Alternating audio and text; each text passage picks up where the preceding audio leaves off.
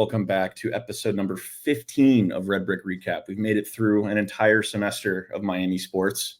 We're back now for our first week of our winter break, so to speak. And we have an exciting week coming up. We have an exciting week of sports to talk about in Miami. Ted, how are we feeling this week? Good to be home. It was definitely a long semester. Next semester is not going to get any lighter, but good to finally be home for sure. Yeah, amen to that. As you can see, we're both in kind of different backgrounds than we're used to on this show, but we'll make it work. I'm going to try and get some kind of backdrop here at some point because right now I'm just kind of in an empty room in my basement. But yeah, an exciting week coming up. Obviously, coming up in a week from Saturday, we have the Miami Redhawks taking on the Colorado State Rams in the not Barstool anymore, the Snoop Dogg Arizona Bowl. Real quick, we want to touch on what that coverage is going to look like before we jump into everything else. For obvious reasons, we don't have the budget nor means to get down to Arizona during the holiday period. It's a bit of a tricky journey. So we are going to be covering it from remotely, and we'll have live coverage from our various places from our homes, essentially. Like I'll be at a watch party in Chicago for it. Ted, I don't know what you're planning on doing for the game, but we'll have live coverage during the game. I will still be doing the recap post game. And then the Thursday after the bowl game, we will be doing a full recap right here on Red Brick Recap. Additionally, due to the holidays and the fact we want to spend time with our families, and there's not a whole lot to talk about next week with Miami sports, we're going to be taking a break from the podcast next week to kind of hang out with our families, enjoy the holidays, enjoy our break from school. And yeah, we'll be back to our regularly scheduled programming on the following Thursday. Ted, anything to add on that? And I will be at home in Florida watching the game, probably with my dad, and retweeting whatever Jack tweets out. So that is my contribution to the Miami Sports Network. Yeah, first, I don't know quite how it happened, but first we've gotten close to some people who run like the Miami Alumni Network in Chicago, and they reached out to us to host a watch party for the MAC championship. So my parents organized a watch party for that, and they reached out to us to do it again for the bowl game. So I'll be there for that. Hopefully we'll get a good crowd. The rumor has it that ESPN was going to do some kind of segment with us at some point during that. Obviously, I don't know if that's true or not, so I'm not going to go into too much detail. Oh, that'd be big. Shout out to podcast on that. That would be really cool if that actually works out. But before we waste too much time, we have a lot to talk about this week, so let's jump right in. Let's start with the basketball games. We had 3 this week between men's and women's basketball. Let's start off with a pretty historic one last week against Bethany, a D3 school out of West Virginia. Miami pretty comfortably won this one. This one was never really in doubt. 112-70. 112 points is Miami's most in a single game since, I want to say, December 29th of last year against Wilberforce. And they had 119. They tied the single season team high for threes in Division I with 22, which was also their program record, which was, I think, 18 before. And a lot of those came courtesy of Cam Kraft, who had some tough games coming into this game. Kind of broke out. 10 threes, 34 total points. 10 threes is the Miami program record now, or tied the Miami program record. And, 34 points. I wrote it in our notes, but how many times before this year have we seen a Miami player score 30 points in one game in our career at Miami? I don't think any. Yeah, I want to say maybe a random Makai Larry breakout game, but I don't even know if he got to 30. I don't know if he ever got to 30, and we've seen 2 in 2 weeks. So pretty cool stuff to watch from Miami basketball right now. Also, want to shout out Brant Byers. His best game as a Red Hawk by far. Started the game 100% shooting, ended with 21 points. He looked really poised. He looked really confident out there shooting the ball, which was something that we've talked about that maybe has been missing from his game in recent weeks. So it was really encouraging to see him shoot the ball with confidence and go to the rim with authority. Quick point to make. Makai Larry, I was right. He's in the top 10 twice. He scored 32 on December 22nd of 2022, and he scored 34 on November 14th of 2022. So now I'm actually kind of interested to see what were those games, because that was his senior year. So that was the first or second year under Steele. I think it was the first year, right? 2020, unless it was 21-22, which I think was still Jack Owens. Let's check it out. That was Travis Steele in that year, 21-22. Yeah, okay, so that was the first year of, yeah, that makes sense. So that was the first year of Coach Steele. I'm trying to find a game log here because shout out Sports Reference College Basketball. Looks perfect. Here we go. So November 14th, he had 34 against Georgia. Wow. Okay. Is what that is what that is saying, right? Field goals. Okay, you're not gonna give me the total points, of course. Yeah, oh no, there it is. Yeah, so he had 34 against Georgia at Georgia, Yeah. and then he had 32 against Wright State. Huh. Um, Both these games, at least the Wright State game, he was remarkably efficient too. 12 for 15, 80%. yeah, I mean against Georgia, he shot 55% from the floor, 57% from the 3-point line. Yeah, we'll take that.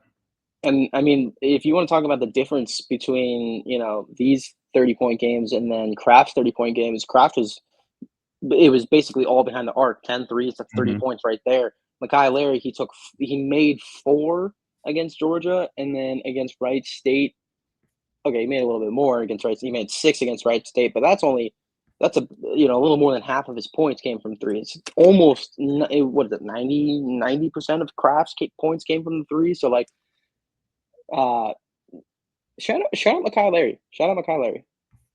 Yeah, seriously. Kind of underrated Miami basketball player.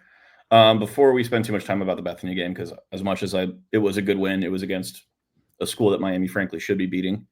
One thing I do want to address that I think kind of came into play in the game yesterday against Vermont, Steele was very frustrated in certain after like going into some media timeouts with the defensive effort from his team at times. And I think he said it in the post game. He was like, "We were playing for the score. Like we knew we were going to win big, so we kind of took our eye off the ball." Fair enough. It happens to the best of them. And they played well enough to get the win no matter what, but allowing 70 against a D3 school at home is not exactly the best defensive effort. And I think that kind of played into what happened against Vermont, because especially in that first half, like the defense just could not get into the game. It felt like Vermont was just kind of doing it whatever they wanted with the basketball and getting the looks that they wanted. Yeah, absolutely. One of the things that they mentioned after the Wright State game, and I know we just brought up Wright State for Makai Larry. It seems like every time we talk basketball, somehow Wright State comes back. Yeah. The demons are haunting us. But something that they mentioned about the Wright State game is like, there wasn't a lot of connectivity, there wasn't a lot of defensive effort, and that's kind of what you saw where they lost. The lead got worse than it should have been. Is that there was no connectivity, there was no defensive effort. And I think we saw that in the first half against Vermont. Is like, they were down, what was it, as much as 18. I think they were down 12 going into halftime. There was no heart, there was no hustle.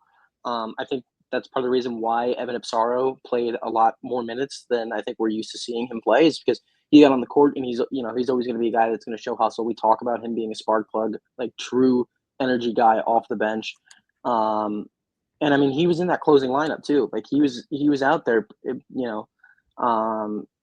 so that's one of the things that's, obviously it hurt them last night, and it's definitely going to hurt them in MAC play, especially. And again, we keep bringing this up over and over and over again, is especially when those possessions are so far few and in between. Like, Yeah. if you're not scoring and then you're getting scored on because you have no defensive effort, like, the MAC is a league all about runs. You're not going to go on many runs if you can't stop. If you can't stop the ball. So, uh, you know, and then again, like you said, they were playing for the score against Bethany. Like, you should not have a D3 school put up 70 points on your home floor. I Yeah. mean, that's how much like MAC teams are putting up on your home floor, and they're Division One. So it's like, they gotta figure out the kinks. And again, these are tune-up games outside of Vermont. Yeah. We said going into MAC play they should be 8-4. So the Bethany, and then these next two games against Sacred Heart and Defiance. No offense to either of those programs, but these are tune-up games for Miami. Yeah. these are the wrinkles Miami has to iron out in these next 2 games before match Yeah. play. These are games that Miami frankly has to win. And Vermont game, all in all, like a pretty good game, 75-67. I don't think is an accurate representation of how that second half went. That second half, Miami looked like for a good 5 minutes that they could have won that game. And we're probably just a shot or two or a rebound away for maybe pushing that to a tie. And then we're forced to play the foul game, which kind of let the score get a little more out of hand than it should have been. To me, that was a 3 to 4 point loss, which after the first half, I think is completely fair. But that second half was very encouraging, especially because this is the worst Miami has shot the 3-pointer in like over a year. Like it's their first time shooting less than 10% from 3 since like more than a year ago. I looked it up for my recap and I don't have the date on me. But I think it was like set 6.7% from behind the arc, 1 for 15. Ian Elmer was the only one who made a 3-pointer, and it was like a step back, fall away jumper as time expired on the shot clock. So like even that one was kind of a Hail Mary. So Wow. there's a real chance that they could have gone 0 for 15 from 3. And what was encouraging to me, like obviously 1 for 15 from 3, we talked about it last week, how like they can't live and die by the 3. And I think in this game they proved that they can run an offense without utilizing the 3 ball. They only shot 5 3-pointers in the second half, and they were still going on runs. They were still forcing Vermont to make shots. They're still putting Vermont under pressure. And I think a lot of that was trying to go to the rim a little bit more. Like Antoine Woolfolk probably had his best game as a Red Hawk, in my opinion, in this one. Obviously, the stats aren't super indicative of that. He had 4 turnovers and 4 fouls. But, I mean, his presence on the interior was crucial. And it opened up so many looks for Peter Suter and Cam Kraft around the rim when you have a guy like Woolfolk who can kind of hold on to the ball in those spots and let guys get to their spots closer to the rim. Obviously, Woolfolk had trouble with Fiorello on defense. Fiorello shot 15 free throws and made 14 of them. So that's the difference right there. You limit that guy going to the line, and it's a whole different ball game. But I think I was encouraged by how they were able to adapt on the offensive side of the ball when the 3-pointer wasn't working. Yeah, I mean, if you take away the 3-pointers, they shot 27 of 43. That's 63% from the field. That is exactly where you want to be. And then, of course, you shoot 6.7%. I remember listening to NESN last night, watching the game, and turn on the second half, and the commentators were like, Miami shot 1 of 13 from 3 in that first half. It eventually the floodgates are going to open, and obviously they didn't open. But again, like you said, they what's the word I'm looking for? They adapted their offense, right? They adapted their offense to finally kind of play through like they adapted their offense to kind of finally play through what I've been asking for a little bit more is like play through the paint a little bit more, play inside the arc. You don't have to live with the 3, and you don't have to become a run and gun style offense. Like you have Antoine Woolfolk, who was 6 of 7 from the field. He had 7 rebounds, 12 points. You're absolutely right. This was probably his best game as a Red Hawk outside of the turnovers and the fouls. All things considered, a lot of the fouls were ticky tack. Oh, I'll side with Antoine on that. Like there were a lot of ticky tack fouls, but this is what you kind of want to see from Miami is like, and you said it best. The way that they were able to adapt and just completely like stop taking threes and prove that they don't live. They don't need to live by the 3. This is a very encouraging sign for this team. Yeah, I mean, they How? shot. Oh, sorry. No. Okay. Well, what I was gonna say is what was less encouraging, and what I think needs, and I'm sure he's gonna hear it in practice, or in film, but there was a minute 18 left, and Miami was down 4, and I mean, well, realistically, both of these guys should hear it. Is that Miami was down 4, and then they were down 4 both times this happened. Suter tried to like take his man one-on-one and tried to just bully his way to the rim, and Shamir Bogues just swatted it and it was like I get it. Like you're trying, you're trying to put the team on your back, but like you got to know the situation. And then Kraft did the same thing, but instead of bullying, he tried to get around. I thought he had a lane, but then watching the replay back, he didn't have a lane. And you want to talk about getting your shot stuffed? Yeah. I'm surprised Iofale didn't pin that off the backboard. I mean, these are two guys who have been incredible for the Red Hawks. Okay, I'm not taking anything away from them. And again, I am nitpicking here, right? I'm being very, very like nitpicky in the context of the Mhm. whole game. But like, I get you're trying to like put the team on your back, but you gotta like I feel like you gotta look for a better option. And at one point, Woolfolk had the ball and he made a skip pass. I've never seen Woolfolk make that good of a skip pass in my life. But he Yeah. knew the situation and he put it on the money and it was a bucket. Yeah. And it's the little things like that where it's like, yeah, you can say I'm nitpicking, but like it's you're under a minute 30. Like you gotta know the situation. Yeah. No, I agree. And I think a lot of that was just like that was what was working up until that point. So why not go back to it? Obviously, like Yeah. situation changes everything, but like if that's the shot you were feeling at that point, that's the shot you take. The point I was going to make is that in the second half, the Red Hawks shot 65% from the field, Oh yeah. and like, or actually 65% if you take away the threes. So excuse me on that. But I mean, everything was going pretty well, and like I think they drew within like 1 point at some point in the second half. And then just the same kind of thing happens where you let their perimeter guy take over. TJ Hurley was excellent in my opinion. And like the three-pointer doesn't really show it. Like he went 1 for 5 from three, but you take away the threes and he was like 5 for 6. I think he was 83% from the field, which I think that 3-point threat kind of allowed him to get a lot more space in the mid-range and in the lane because guys who were on him were forced to step up and respect the 3-point shot, which kind of left a lot of space in behind, which I think kind of led to some of those buckets towards the end.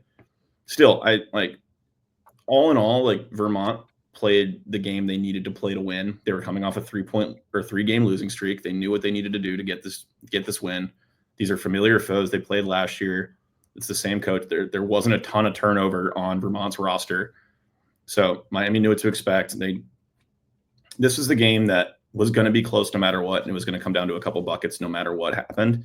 And I think in this game, just because of that first half, I think Vermont was able to just kind of ride that momentum out. Yeah, I mean, credit to the Catamounts. I mean, they every year they're a team that is on top of the America East. It always seems like they sneak in they sneak into the tournament, and even sneak in is like, yeah, it sounds direct, like negative, but it's not. Like they're a very good team. They always are at the top of the America East. It feels like it always seems like they're around the tournament, or they always have some type of tournament buzz. Um, Forgive me for forgetting the rest of the America East, but I always feel like Vermont is up there for sure. And I mean, look, they did what they needed to do. I'm looking at the play by play right now, and they held Miami to no points in in basically about a minute. It's almost like a minute and a half of real time Yeah. where Miami didn't have a bucket, and I mean, Vermont only had two free throws, but Miami didn't have a bucket in the biggest stretch of the game where they needed a bucket and they didn't get one. And you look here and 3:17, Peter Suter makes a layup. The next bucket doesn't come until 1:34 when Antoine Woolfolk made a layup, and that's after a missed free throw on Suter. And the Shamir Bogues makes two free throws. Kraft missed a jumper, and then they got lucky because Woolfolk had a steal and took it himself. Um, but the Catamounts, they're such a good team. They are. I mean, look, there's a reason we needed a buzzer beater to beat them last year, right? Like, they're always a really really good team, and hats off to them because they bounce back in a big way. And I mean, look, it's a tough place to play. They're 4-1 at home. Patrick Gymnasium. That's a tough place to play. Um, Even though they are trying to move out of there, I don't. I know they were supposed to do something, but I don't know if that hit a snag or whatnot. But Tom Brennan Court is a really hard court to play on. So, and Miami's not very good at away from home. They're 1-3. with Yep. that first win being the first win of the season against App State. That may be something to watch come back play.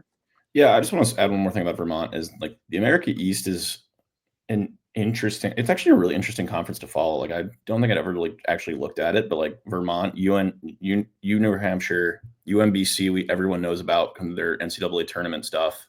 Maine's in here. UMass Lowell's actually having a great year. They're 8-0 at home right now. That's going to be a fun conference to watch.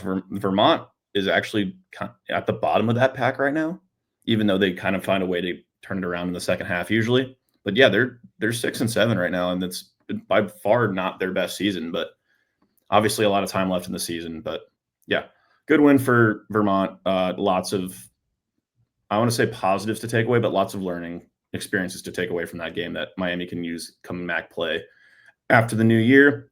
Ted, we got one more basketball game to talk about. The Big Ten came to Oxford. That's a pretty rare occurrence to have any Big Ten team make the trip up to Oxford, Ohio. And Purdue made the trip up. Not the greatest game for Miami. The second quarter kind of allowed Purdue to run away with that game. They were outscored 15-6 in that quarter. Yeah, I think they drew within one in the fourth quarter. I think it was like 64-63. I'm going to try and find the score right now. The final score of the game? No, I'm trying to find the point where they were within one, but my internet's slow. Well, the final score, I had it here. The 67-51. They at one point it was 39-34 in the third quarter. It's 44-43. Yeah, 47-43. Yeah, it's probably your closest margin is that 44-43 at 6:53 left in the fourth quarter. Yeah, and then Purdue just kind of went on a crazy run to end the game. Yeah, I again, like it's kind of the same thing we talked about. Like this is a good Miami team. They're going to be a good team. Purdue's also a pretty good basketball team. Obviously a tough result, especially when you're that close. But I think there's positive to draw on. Yeah, I mean they're 5-3 right now, which like that's great for the women's basketball team. I mean they had 3 losses in the first 3 games of the season last year. Yeah. And then they got the first win at Xavier, and then it was another 1, 2, 3, 4, 5, or another 4 losses before their next win, and both of their wins were in overtime, and then it's another 4 losses before a win. So to be sitting at 5 wins when they didn't get to 5 wins last year until 1, 2, 3, 4. They didn't get to 5 wins until February 3rd of last year. Ooh. Yeah. So, that's a heck of a turnaround for Coach Box and his team. And it's not like they haven't played anyone, right? I mean, the 2 teams that you can probably say that weren't the best representations of their play were Tiffin and Hiram College, where Hiram College they beat them 97-41, and then Tiffin they won 84-53. But App State is a good team. Austin Peay is a good team. Dayton's a good team. Those are 3 quality wins against 3 quality programs. And the Xavier game, they were in for the majority of that game. That would have been a great win too against a local rival. I also want to bring up Purdue. Their record says they're 6-5, but their losses are to number 6 Notre Dame, Middle Tennessee, which was a tough one, to number 4 South Carolina, which is a powerhouse, number 7 Maryland, and number 16 Kentucky. Like this is a good Purdue team. This is a really, really good Purdue team that Miami took well into the fourth quarter and competed with well into the fourth quarter. So I think this is an indication that this Miami team might be ahead of schedule. I don't know what the expectations were for this program coming in, especially internally, but this is a sign that maybe I don't want to jump the gun here, but maybe there's a chance that we're in the top couple spots in the MAC standings come a couple months down the road. Yeah, I mean, I think I can't remember where they finished last year, but I'd like to see Miami be, anywhere 6 or above. And I mean, look, they play they play a couple of schools in this upcoming Christmas Classic, and these are beatable teams. They play George Washington, who's actually probably pretty similar to them, 6-4. But again, that's a beatable team. Um, Most of their losses have been a little lopsided outside of losing to Coppin State by 3 in overtime. They beat American, they beat Morgan State, Georgia Southern, Towson. I mean, they played George Washington played Ohio earlier in the year and lost by 12, so Oh, that's a good sign. Because we're probably on the same level as Ohio. But then Miami plays FIU, which I know FIU. I like shout out Florida. Um, and they are 3-6 to start the year. They're having a bit of a tough stretch of games. So these are two very winnable games. Miami realistically could, and I don't want to say should be, but could be 7-3 going into MAC play. I'd say worst case scenario, they're 6-4 going into MAC play, which is great for where they were last year. I was about to say, I mean, they finished with 9 wins total last season, and they finished, I think that's 8th in the conference last year. So, I mean, any improvement on 8th would be a huge step up for that program. I obviously think, given the results that they've had this season so far, that it's definitely possible that they could jump up into that top 5, top 4 range, especially depending on how the state of the MAC looks. But yeah, I think especially in this Purdue game, I mean, Angelina Gonzalez is turning into a star for Miami. I mean, another game where she leads the team in scoring. She's 5th in the MAC in scoring right now with 14.4 points per game. I mean, what more can we talk about her every week? I feel like we're a broken record player right now. It's the same. What's the word I'm looking for? Compliments we give every week. Like, she's just killing it right now. Yeah, I mean, there's not much more to say. She's been efficient. She has basically been a do it all. I mean, she fouled out. She had 5 fouls, but it's probably because she's just playing so hard. I mean, Right. 5 rebounds, 2 assists, 2 steals. Um, I mean, she's definitely leading the way for this team, and I you know it's great to see someone other than because I mean we thought it was going to be Amber Treader leading the way, and she still is doing very relatively well. She had a tough game against Purdue though. 1 of 10, 1 of 5, 4 fouls, a little rough, but I don't think that's too much cause for concern. I think you're playing a tough team like Purdue, like you're going to have a bad game here and there. Tamar Singer, she was the only other one who scored in double digits. I really like the way that Tamar Singer plays. She's really, really smart for a freshman. Although in at least in this game, the 8 turnovers aren't indicative of that. But again, I think she's really smart. She hustles a lot. She's a really gritty type of player. And I mean, it shows. She's playing 33 minutes a game, 30 plus minutes a game. Coach Box clearly likes and trusts her a lot, and I think this is going to be a really big year for her development. Obviously, she's a true freshman, Right. and if she's playing 30 plus minutes a game as a true freshman, like she can only go up from here. Yeah, I think you're absolutely right. I think that, I mean, I don't know if you mentioned it, but 5 steals as well. Oh yeah, Yeah, so she went crazy on the defensive end. I mean, they forced 25 out of Purdue. Like, that is a pretty good number. I mean, they both had 20 plus turnovers, and Miami had 21 of their own, but 25 turnovers against a really good Big Ten team is something to keep an eye on. I think the difference in this game was the shooting efficiency. And I think the numbers are pretty clear in that. Miami shot 31%, 29% from behind the arc. Purdue was 50%, and then 72% from behind the arc. Granted, they only took 11 shots, but I think they made 8 of them. Like, that's the efficiency that wins basketball games. And I think even if Miami was closer to that 45% range and maybe in the 35% range, and this game's a little bit closer. But yeah, it's a good solid performance, even though the scoreboard doesn't indicate it. This was a game that was much closer than it looked until the final 5 minutes of the game. So I think a lot of positive to build off as they go down to Miami to take on George Washington and Florida International in Miami over the holidays, and then they open up MAC play on New Year's Day at Millett Hall with Ball State. Yeah, I mean, I'm looking forward to both teams opening up MAC play. I think we're ready for MAC play. We talked about matching with football, and I think for basketball, it's a different atmosphere.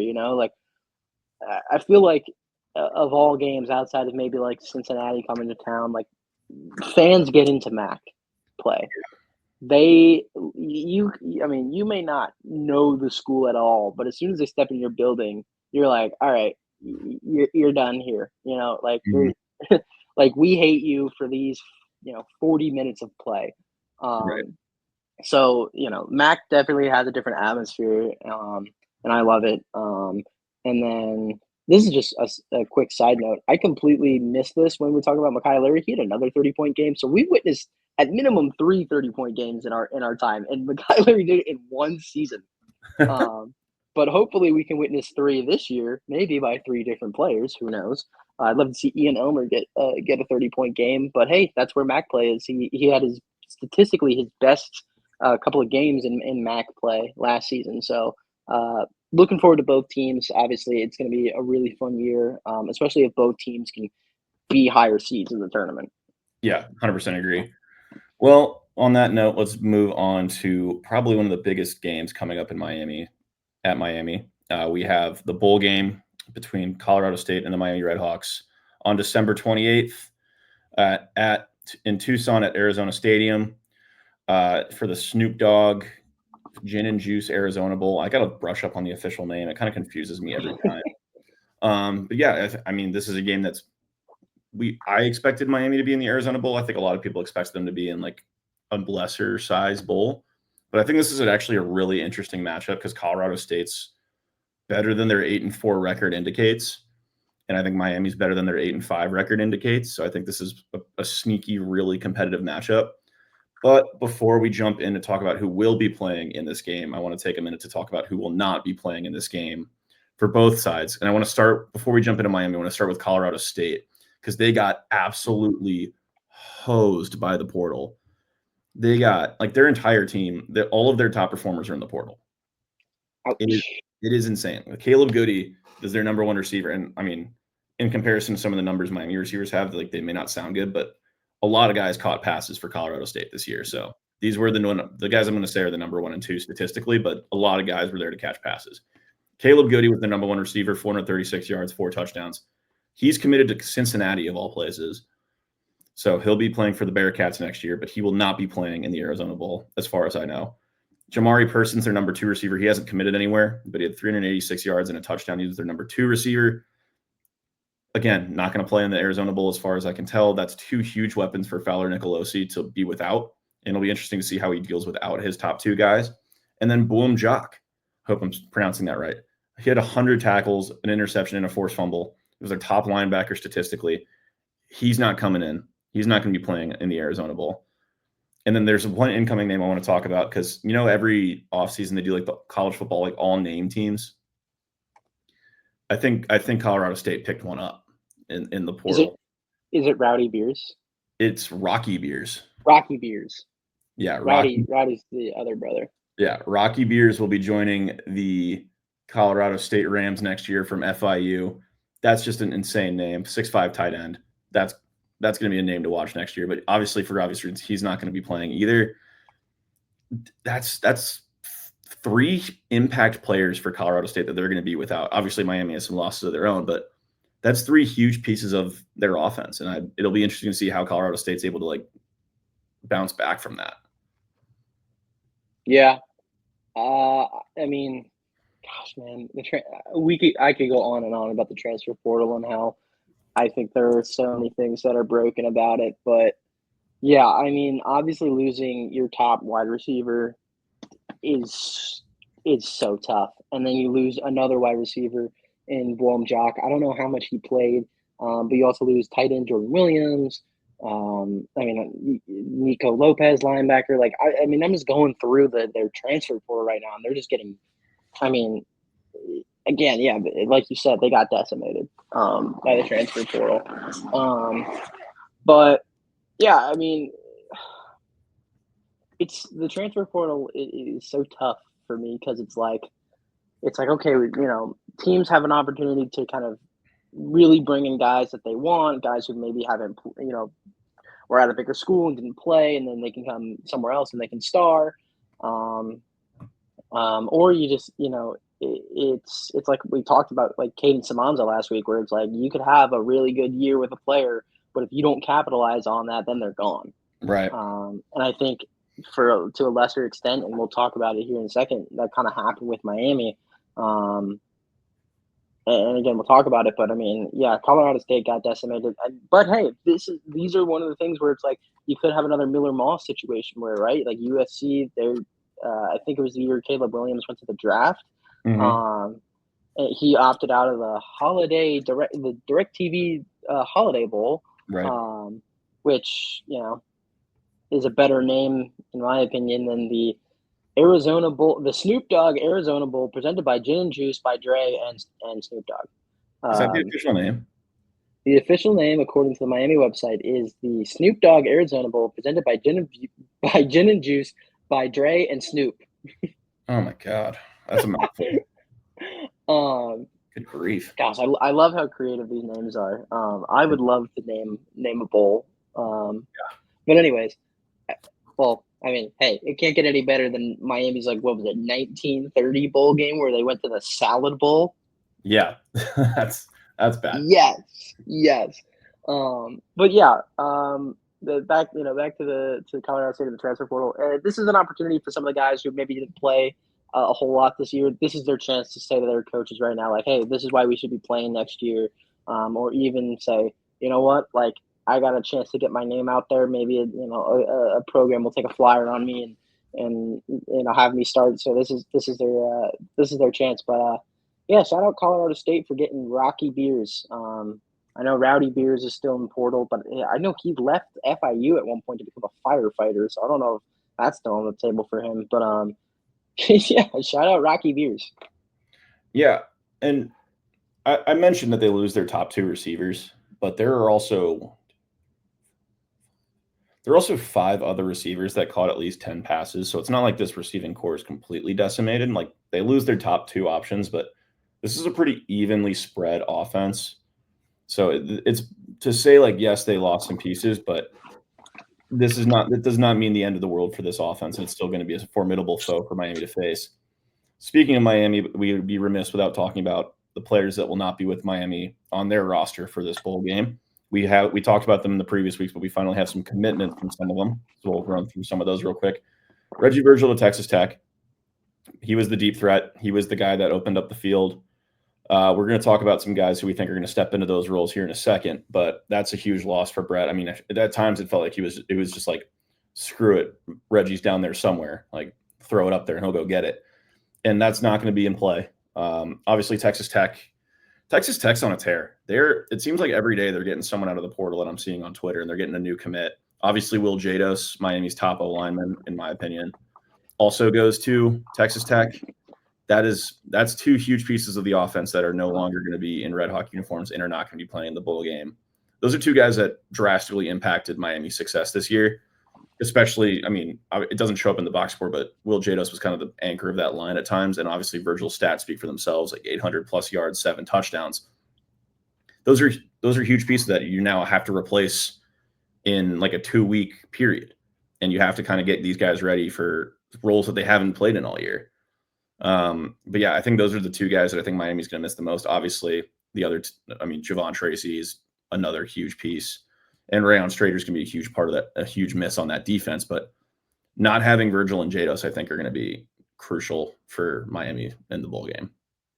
Yeah, I mean, we're kind of overshadowing Javon Tracy a little bit because absolutely, yes, Reggie Virgil's a deep threat, but Javon Tracy, that's a guy that Gabbert's going to on almost every play where he can't find someone else. Like, we have it in our notes, safety valve. He's the safety blanket, whatever you want to call him, right? Like, I mean, we talked about it all year. It's like, oh, Miami has 3 number 1 wide receivers. Like, Brock can go to anyone he wants.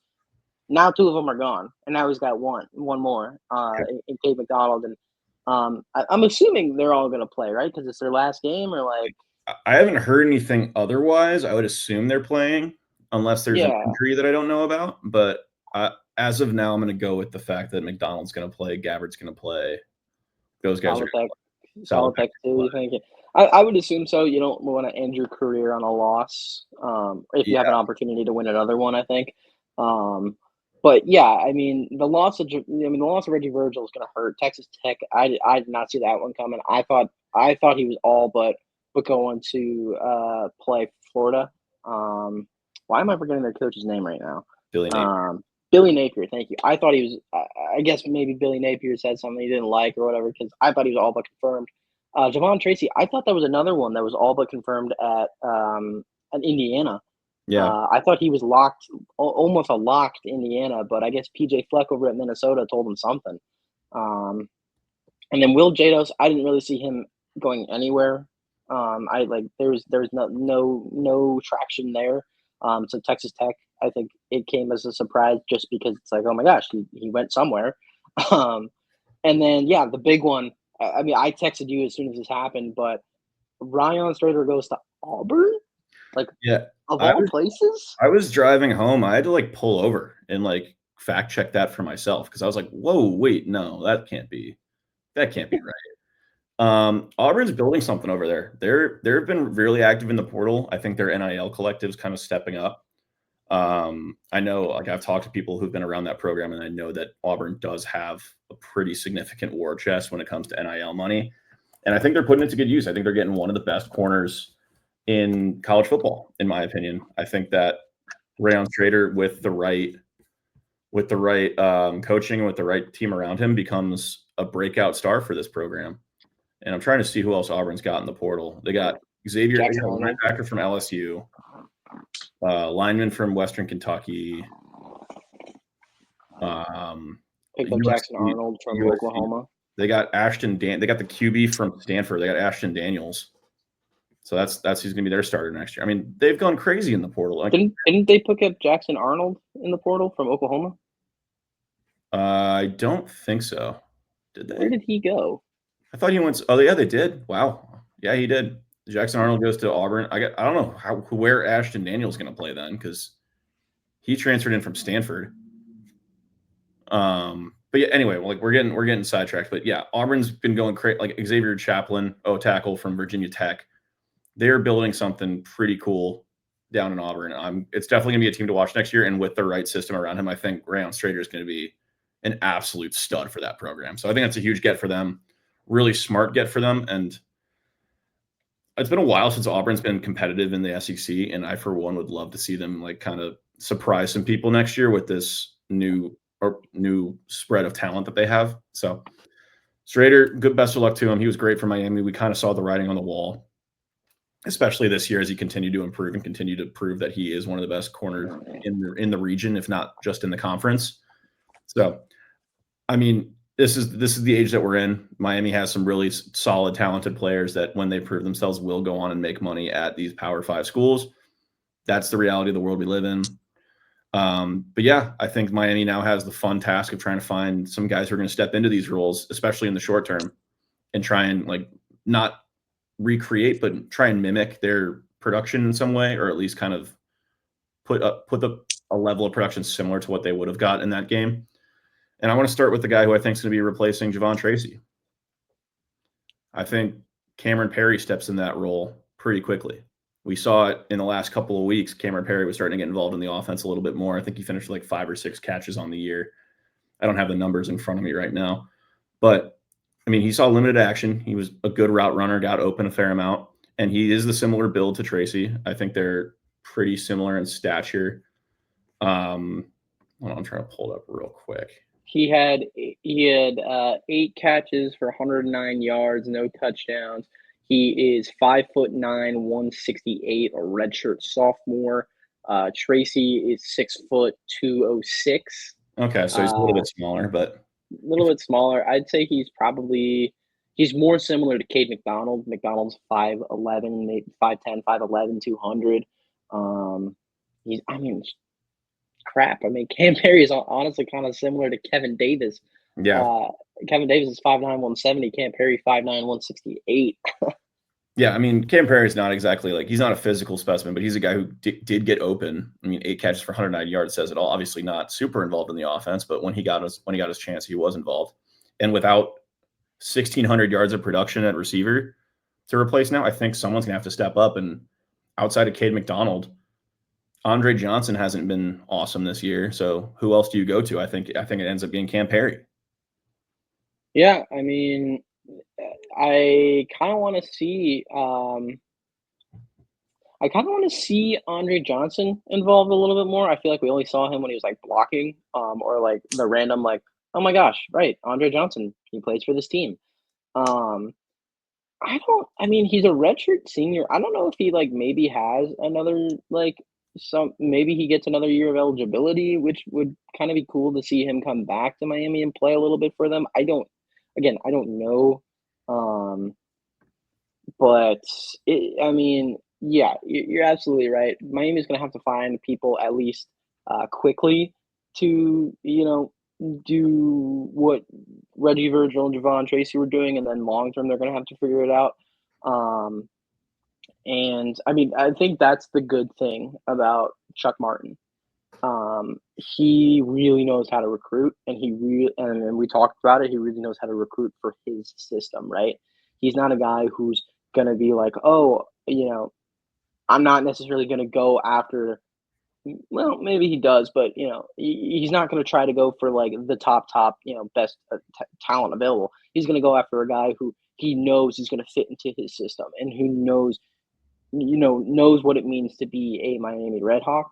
Um, so I would bet that I would bet that Martin knows the guys who are going to step up, and we're going to see them in this game coming up. Which I mean, one of them could be we have it in our notes. Cole Weaver. He had one catch on the season, but I think it went for a touchdown, right? Or Yeah, was that? I did. Yeah, it was Cole Weaver. He had one catch, one touchdown. Pretty good catch to touchdown ratio. Yeah, right. Uh, it's like that one Randy Moss graphic where he had like 5 catches, 4 touchdowns, or whatever it was. Yeah. Obviously, that is a hyperbole, but still. But he's a big wide receiver, 6'5". I mean, that's a nice frame to have. Go up, take the top off the defense, let him go up there and get it himself. Um, and if I remember correctly, I think he had like a post or a goal line fade for his Yeah. touchdown, and he like went up there and he got it. So we know he can jump. So I definitely expect to see a lot more Cole Weaver, hopefully, and yeah, a lot more Cam Perry. Yeah, and I think one guy who obviously we saw him a lot this year, so it's not like he's going to break out, but a guy who could kind of step into that Rayon Strader role is Luke Evans. This guy I talked about before the season is a guy I was really excited about. Obviously, he wasn't a huge difference maker on defense, but he did play pretty well when he got into the game. I mean, he had 30 tackles, 3 pass deflections. It's not bad numbers for a guy who's probably getting his first consistent action in college football. So I think that's the guy that kind of maybe turns into that role and becomes the. Obviously, it's too early to say whether he's going to be like as good as Rayon Strader. We only have a very small sample size to work with, but he's 6'2", 186. He's a long corner. He's already got 3 pass deflections. He had 5 tackles against Ohio in the conference championship. Obviously, it's a lot of tackles considering how well Ohio is moving the ball, but that's a guy I'm really excited about. I hope I get to see a lot more of him in the bowl game. Yeah, I would love to see more of Luke Evans. I thought he, whenever he came in, whether Strider was injured or whether someone else was injured, he was always really good. I definitely can see him having a much bigger role coming up. I don't how many more years does Evans have? He's a freshman. He's a redshirt freshman. Oh, is he? Yeah. Okay, well then that's lovely. Yeah. That's great. I'm kind of hoping that this bowl game, is a chance for a lot of these like younger guys like Cole Weaver and like Luke Evans to kind of break out and like kind of prove that they've earned playing time next year. Because we know that Coach Martin likes to go to his more experienced players, likes to stick with seniority at times. But if they force his hand and say like, "Hey, we are good enough to be in your starting lineup," I think that makes Miami's team a little more not exciting next year, but maybe a little more explosive. Like these guys are capable of big plays. Yeah, absolutely. Um, this is definitely going to be kind of like a Miller Moss situation where it's like if they play well, they're forced to, not Yeah. forced, but like they make sure that they get playing time next year. And actually, there are a couple of things that are kind of on the same topic that I want to talk about. First off, I think Andre Johnson has another redshirt year in him, so I think he has one more year of eligibility, so he might be back. So it would be good to see him get some reps in this game. He played one game in 2020, and he played four in 20 or less than four in 2022. So I think he's a COVID and a redshirt year. So, but I could be wrong. What does question. What does the running back room look like next year? Because Kenny Tracy only played in one game. He played in two games in 2022 or in 2020. So he's got a COVID year, and he probably has a medical redshirt year this year, right? I would assume. I would assume Um, so. if he decides to come back, because I mean, again, you got to decide to come back if you want to use one more year of eligibility. But if he decides to come back, he's most likely the starter. Um, again, I say most likely because who knows? Um, but with him not playing, if Mosey decides not to play because he's a senior, I don't think he's got any eligibility left. Because he never redshirted. He came in 21, so it was right after the COVID year, or he's at Kansas State in 21. So no COVID year for him, and then he comes over in 22 or 23, I think. So if we're looking at this running back room, uh, I mean, let's talk about it for a second. Keon Mosey, let's assume he's gone. Yep. Dylan Downing, let's assume he's gone. Um, Jordan Brunson's a redshirt junior. Kevin Davis is gone. Kenny Tracy could come back, but you got three freshmen in Deshaunte Jones, Tito Glass Jr., and Josh Ringer, and then two redshirt juniors in Nate Milanowski. I'm sorry if I just butchered that, and Danny Dunlap. None of those guys have touched the field offensively for Miami this year. Yeah. So is there anybody, I guess, that you want to see do well and play well in this game? I guess it would be Jordan Brunson, right?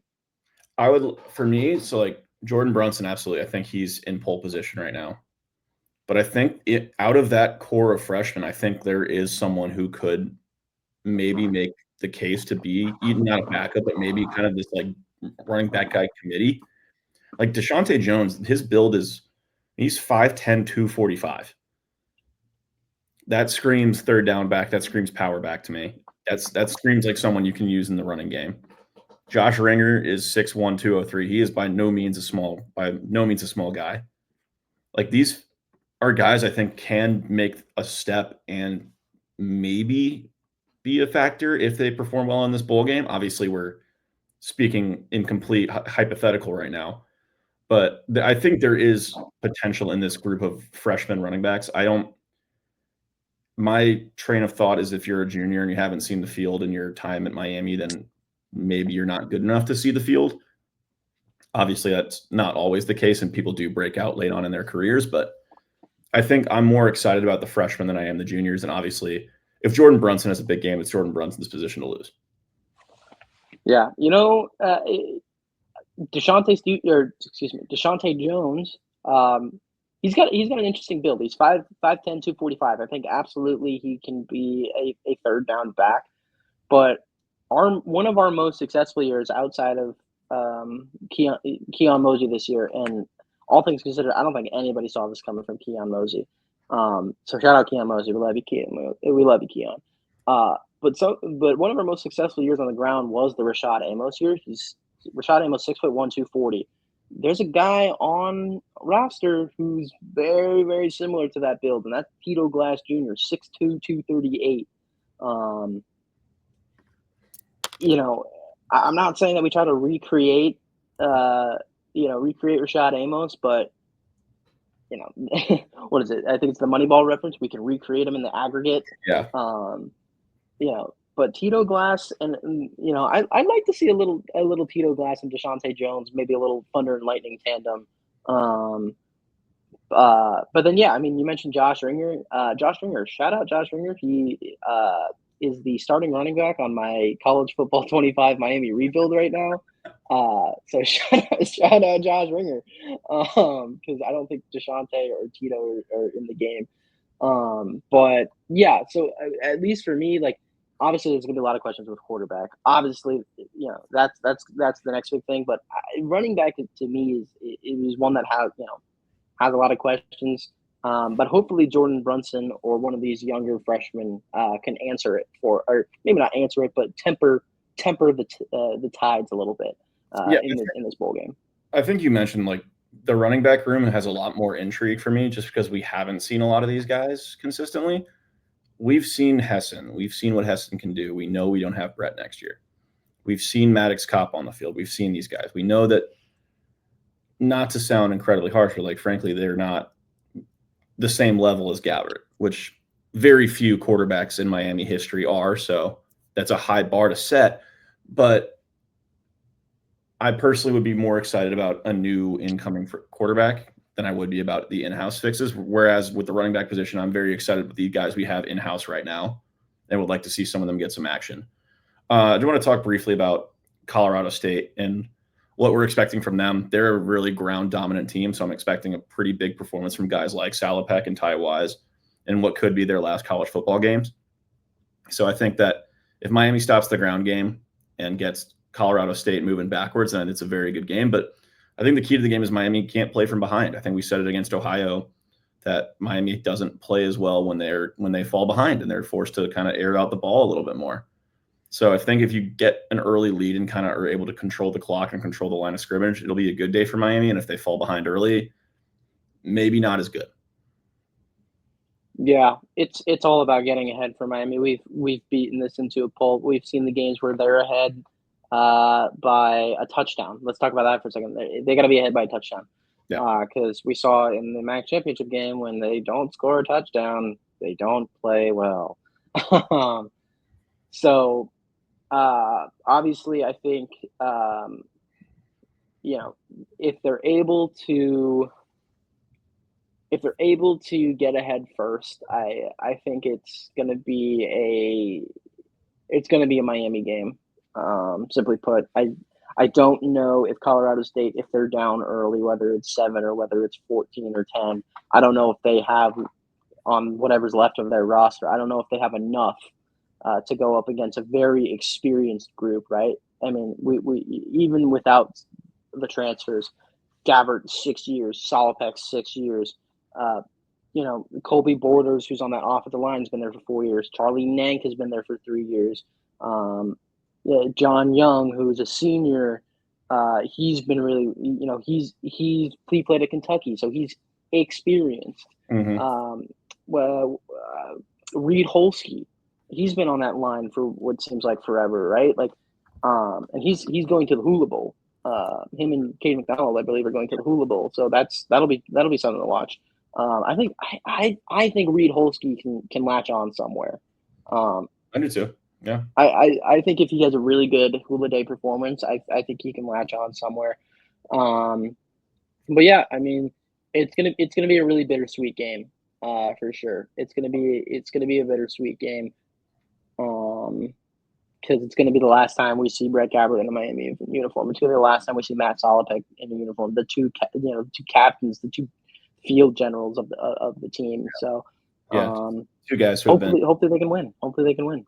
Yeah, it's two guys who deserve to go out on a high note. Like, they've completely changed this program on the field. And I think you made a good point that, like, these are guys who have experience in bowl games. Like Miami, this will be Miami's 3rd straight, if I'm not mistaken. 5th straight? Okay, well, I was way 5th off. straight. So 2020, I just saw this somewhere. Bowl bound. Here it is. So it's their 5th straight, 16th all time. But 2020 was the Lending Tree Bowl. 2021 was the Frisco Football Classic. 2022 is the Bahamas Bowl. 2023 the Cure Bowl. So this will mark the 5th straight. Well, on the other side of the field, Colorado State hasn't made a bowl game since 2017. Wow. So this is their first bowl game in 8 years, 7 years, ballpark. So these guys are hungry to win, but they don't have the experience in these situations that Miami does, and I think that'll be a huge factor. I think guys like Gabbert, who have seen this field before, Salopek, who's seen the field before, will be able to play a huge role and kind of calm down the nerves that anyone on the Miami sideline that maybe hasn't played in these games has. And I think that Colorado State might just come out and like maybe hyper emotional or maybe like hyper prepared and maybe lose focus of what the game's about a little bit. So obviously completely hypotheticals. I'm no expert, but we're very excited to watch this game. We will not have an episode next week in preview for it, but we will have an episode for a review of it. That will be, I think, January 3rd, if I'm not mistaken. So keep an eye out for that. I hope you all enjoy a very happy holidays. Ted, any final words before we get on out here? Just something to note: Chuck Martin is 1-4 or maybe I think he's 1-4 in bowl games all time. Mm, Because I think he was here in 2016, right? Like he got here 2014. He's been that's here how, for 10 years. yeah, Yeah, so 2016 they lose the St. Petersburg Bowl by a point to Mississippi State. 2020 lost the Lemon Tree Bowl. 2021 was his only win. 27-14 against North Texas. He lost versus UAB. That was like the year in 2022, the hometown Lenders Bowl, the Bahamas Bowl. We That was Trent Dilfer's first year at UAB. Everybody's like, "Oh my gosh, he won a bowl game in his first year. It's gonna be great." That didn't turn out. So we're good thing we're in a better place. You can have the Bahamas Bowl. We'll have a conference championship that year or the next year, and then Avocados Bowl lost like in a hurricane to App State. So that's just something to note. Hopefully, he can make it 2-4. amen to that. Well, Ted, happy holidays to you and yours. Happy holidays. We're up against our time, so we'll get on out of here. But it's been a pleasure talking Miami sports with you once again. We made it through a semester. How about that? Wow. 15 weeks and 15 more. So enjoy the holidays. Yeah, we'll see you all after the new year, hopefully after a Miami win. Happy holidays. Happy holidays, everyone.